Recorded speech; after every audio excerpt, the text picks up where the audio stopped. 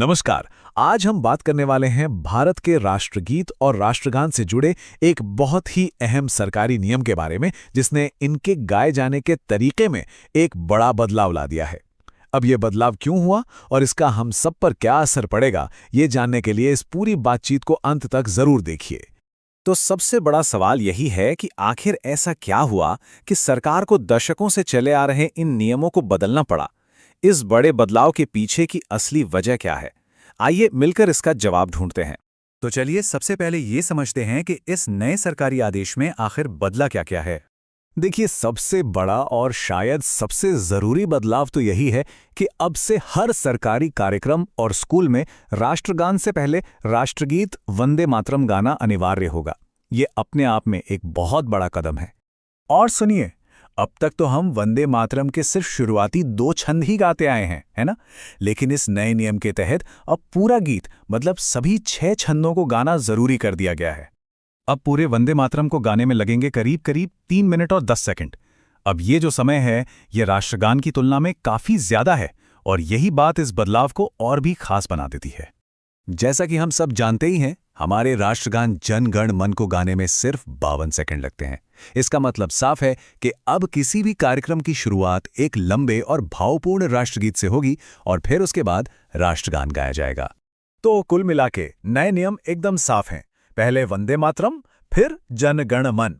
ये नियम सभी स्कूलों और सरकारी कार्यक्रमों पर लागू होगा। और हाँ, स्कूलों में तो दिन की शुरुआत ही राष्ट्रगीत के साथ होगी। अच्छा, खड़े होने के जो नियम हैं उन्हें भी बिल्कुल क्लियर कर दिया गया है। जब भी राष्ट्रगीत का ऑफिशियल गायन हो तो सभी को सावधान मुद्रा में खड़ा होना होगा। हाँ, अगर ये किसी फिल्म या डॉक्यूमेंट्री में बज रहा है तो खड़े होने की जरूरत नहीं है, ताकि किसी तरह की कोई गड़बड़ी ना हो। अब देखिए, इस बदलाव को सही मायनों में समझने के लिए हमें थोड़ा सा इतिहास में झांकना पड़ेगा।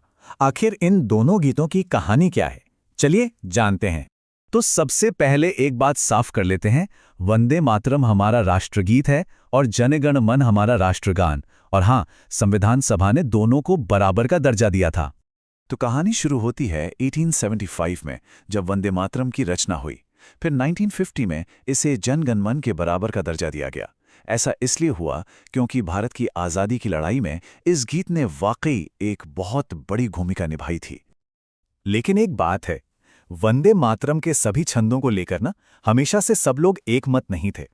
इसके पीछे एक लंबा ऐतिहासिक विवाद है और इसी वजह से अब तक सिर्फ 2 छंद गाने की परंपरा चली आ रही थी। तो विवाद का जो मेन कारण था वो यही था, गीत के जो बाद वाले छंद हैं उनमें भारत माता की वंदना हिंदू देवियों के रूप में की गई है और इसी बात को लेकर उस समय मुस्लिम लीग ने अपनी आपत्ति जताई थी। तो इस पूरे विवाद को सुलझाने के लिए साल था 1937, जब कांग्रेस ने एक बहुत जरूरी फैसला लिया। ये महसूस किया गया कि गीत के कुछ हिस्सों में जो हिंदू देवियों का जिक्र है वो शायद मुस्लिम समुदाय के कुछ लोगों को मंजूर ना हो। बस इसीलिए ये तय हुआ कि ऑफिशियल तौर पे सिर्फ पहले 2 छंद ही गाए जाएंगे। तो अब जब हम इसका पूरा इतिहास जान चुके हैं तो हम इस नए निर्देश के महत्व को और बेहतर तरीके से समझ सकते हैं। ये सिर्फ एक छोटा मोटा बदलाव नहीं है, बल्कि एक बहुत लंबी चली आ रही परंपरा का अंत है।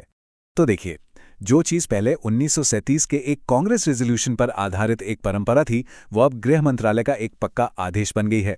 मतलब 2 छंदों की जगह अब सभी 6 छंदों को गाना जरूरी है। तो अब सवाल ये उठता है कि दशकों पुरानी इस परंपरा को बदलने का हमारे राष्ट्रीय प्रतीकों और हमारी पहचान पर भविष्य में क्या असर देखने को मिलेगा। ये सोचने वाली बात है। ऐसी ही जानकारी के लिए सब्सक्राइब कीजिए ऑल कैन स्टडी को। Thank you. चलिए नेक्स्ट वीडियो पर मिलते हैं।